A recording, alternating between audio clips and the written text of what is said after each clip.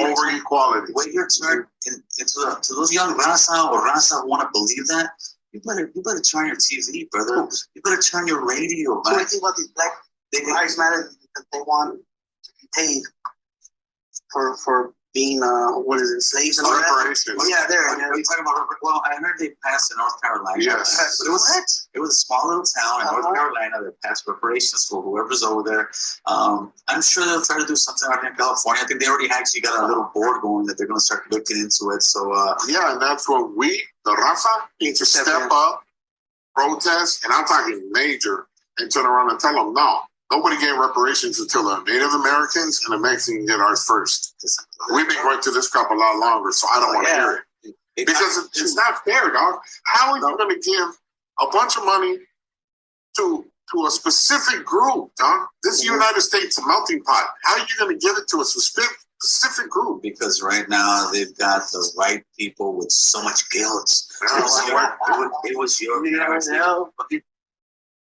So this video in particular is for the fans of Tyga, people from California, really all over the world who may be aware of what's going on in terms of Tyga pulling down his video Ay Caramba, and then also this individual by the name of American Cholo, who is now getting the attention that he asked for, okay? So what you guys just saw was a clip from this guy, American Cholo, who went on to No Jumper, the No Jumper podcast, to say that, you know, his words, people are claiming that this man is a racist, okay? And he goes on to No Jumper to say, oh, well, you know, this was chopped and it was chopped and it was this and that. Bro, that's you talking, bro. That's you talking, bro. These are the people on your podcast talking, right? So am I calling American Cholo racist? You know, there's certain things that, for example, and I've been said this a long time ago, when Jewish people went through what they went through as a demographic of people, they didn't just call it racism. That's not the response. If you go speak against Jewish people, they're not going to say, they may say your comments were racist, but it's not going to stop there. You know what they're going to call you? They're going to call you anti-Semitic. There's a very specific terminology that is used to refer to disparaging comments against said group of people, okay? And we as African Americans, I feel very, very, very strongly that we needed something specific to us because this is a global phenomenon, okay? This anti-blackness, that's a global phenomenon, family. And we see it demonstrated by different racial groups of people. The problem I have with people like American Cholo is this guy's a two-faced individual. He's two-faced, man. He's two-faced. And if you're Hispanic, you should be calling him on this. Okay? What I mean by he's two-faced. He'll get on the podcast. See, Tyga messed up. He'll get on the podcast with Tyga and be like, oh yeah, brother, you know, oh, our brown brothers and oh, the brothers and right. This is how he talking. Oh, brother, how you feel about taking the video down and da-da-da-da-da, right? Tyga don't realize this man got other objectives here. See, he's not genuine. He's not being genuine at all. Okay. But then he'll go in front of his people when Tyga's gone, when all his black friends are gone, unless you get one of them other blacks, like, I don't know, the dude that's on the No Jumper podcast, like one of those types of black guys who's not going to call him on his nonsense. Because there's always going to be some black person who's not going to get it. Especially you black from California. You've been like, you're inundated into Hispanic culture so much that like, you're not really seeing it for real. You don't really understand what's really going on. Okay. They're really sliding you and you don't even realize it. Okay. But here's the thing about it, right? He speaks with Tyga. Tyga's like, yeah, having this open dialogue. Yeah, brother, this and that. He goes back with his partners, with his friends. You see how they talking. Does that sound like your ally, Mr. Black Man?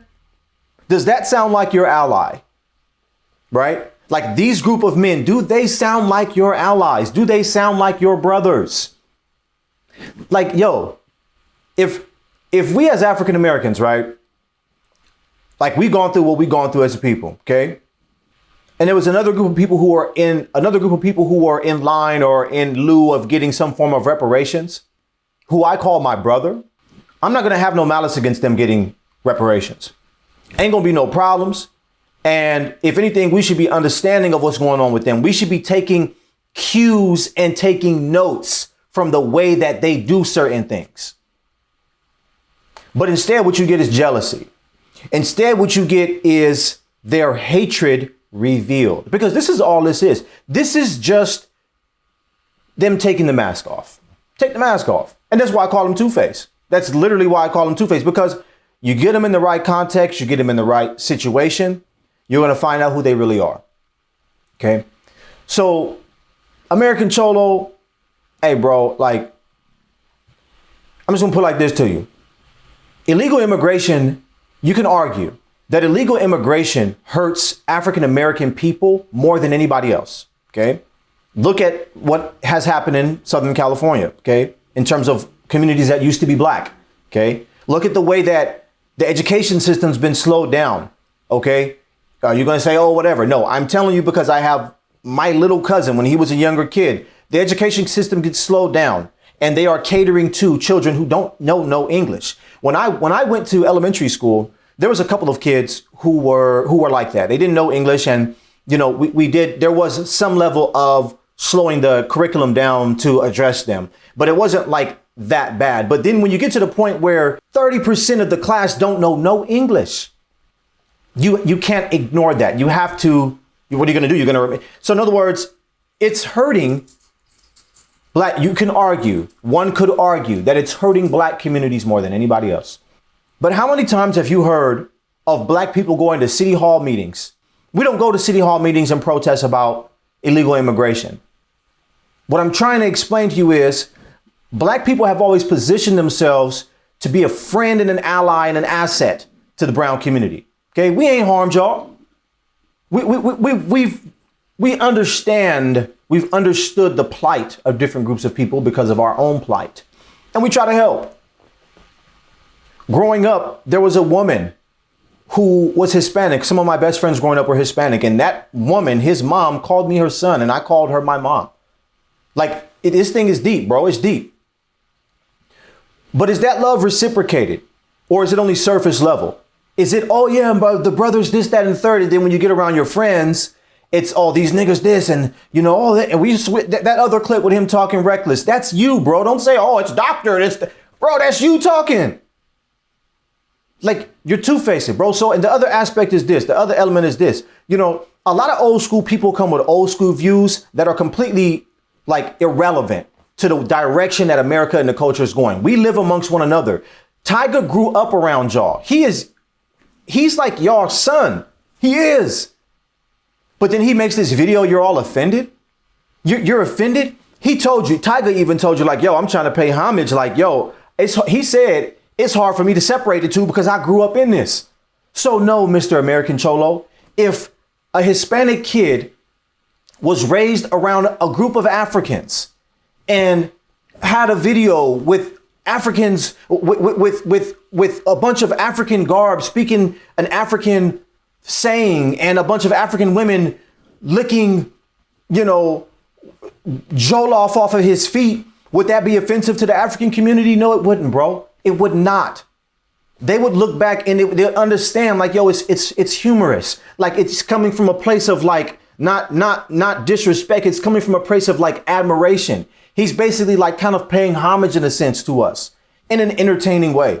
It's not offensive, bro. Someone said, oh, well, watermelon's falling out of the sky. Bro, if you're raised amongst us and we can sense that you're being sincere, for the most part, black people are not going to be tripping, bro. Black people don't trip off y'all like that. When these Mexicans come into like black culture and different things like that, they become fans and they become, damn near members of the society and of the community. Black folks ain't really tripping. It's only certain things that you do that's going to get you, like kind of like in trouble, so to speak. But for the most part, black folks ain't tripping. We're not tripping. But you couldn't do that. Like, you couldn't do that. There's a lot of Mexicans who can. They understand. But you, with your old school prison mentality, Because that's what this really is, guys. Like, let's just get to the nitty of it. This guy is coming to the table with a prison mentality. And in prison, listen, if y'all don't know how to go in prisons, and I've never been to prison, but I'm saying it's segregated. I know that much. In prison, it is segregated. There's a lot of racial issues going on in prison. Racial lines that don't and should not apply on the street. Because that's prison, bro. This is the street, bro. So at the end of the day, I believe that you got to keep that prison bullshit in the prison yards, bro. There's certain things that's like, yo, in other words, it's more to your advantage. It would be for his advantage for him to not have said this. Because now he is actually the one. How is the same person talking like this about black people going to be a representative for unity for Mexican people? He destroyed his own campaign with his bullshit for his lack of understanding. He did it to himself. He did that. Okay. Now, again, I'm from California. I know what's going on out here. Okay. I'm not stupid, bro. I've been seeing it my whole life growing up. And that's who this guy is. And it's unfortunate. And you know, if we're going to have unity, which I think we actually do have unity for the most part in the street, I see it every day. I see black kids, brown kids playing together. I grew up, there was unity. But there's always been a few people like this, two-faced guys who come with a different mentality. They don't really want black and brown unity. That's not really what they want, bro. Their interests are for the best interests of Mexican people, which is fine, but it shouldn't bother you when black people start doing things as well. It shouldn't bother you because now you're revealing your hatred, which I would argue as someone who's been around Mexican, Hispanic people my whole life. Okay. I would argue, and I know for a fact that there's an element of anti-blackness within certain elements of that culture that are kind of intrinsic. They're like, they come with the territory. Like it's like built in. And I don't know why. I can't exactly put my finger on like where this started or what this is all about, but I know what I'm talking about. I've witnessed firsthand, you know, the young man going and dating the young Hispanic girl when they're little kids, you know, 14, 15-year-old kids, you know, and the mom, the parents find out the boyfriend is black and, oh, no, you need to break up with him. Yeah. You know, because he's black. OK, there's black Hispanics. Like, would it have been OK for a black Hispanic to make the video that Tyga made? Or is it no, because you're African American? No, you can't do that, even though they raised him. See, I'm going to end this video with this. All right. Hey, I'm from California. I tell you straight the hell out. LA gang culture is toxic as hell. Toxic as hell, bro. Let me explain something to you. We had just one Pyru from the Los Angeles area move into my neighborhood in a different part of California. And I saw with my own two eyes, this fool bring those politics here and corrupt the minds of weak, vulnerable, fatherless young men. I saw it. I saw these men go from the edge to off the edge, to full out gang tattoos, to full out gang banging in the street, to getting shot in the street, catching charges for the big homie. I saw it to the point where brothers lost lives. Brothers went down the path of drugs and never made that 180 back. So I'm looking at the bigger picture. This is not about Mexican people. This is about this fool and his mentality, his politics. And is that healthy for our culture, for our society? And I think the overall answer is hell no. You got to have more understanding, and you have to be willing to learn certain things and unlearn other things for you to be trustworthy to the point where the community passes that torch to you and says, yes, you are worthy to lead us. We cannot just give leadership, and no people should just give leadership to unworthy people. There's a way to stand for your racial group of people and still be loved and respected and understood and seen as an ally to other racial groups of people. And the way that you don't do that is by protesting when other races are getting what they're going to get. Come on, man.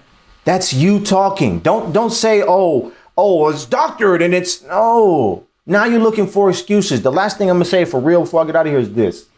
You know, you want us to put your words in context, right? And understand what you were saying in context. But why didn't you give that same grace to Tyga? Why didn't you say, hey, Tyga, you know what, bro? Hey, the context. Bro, we raised you. Not like we raised you, but we're from the same backyard, bro. We drink the same water. We grew up in the same culture, bro. I call you my brother. You taking on certain elements of our culture or whatever it might be, bro. Hey, I'm going to give you that grace.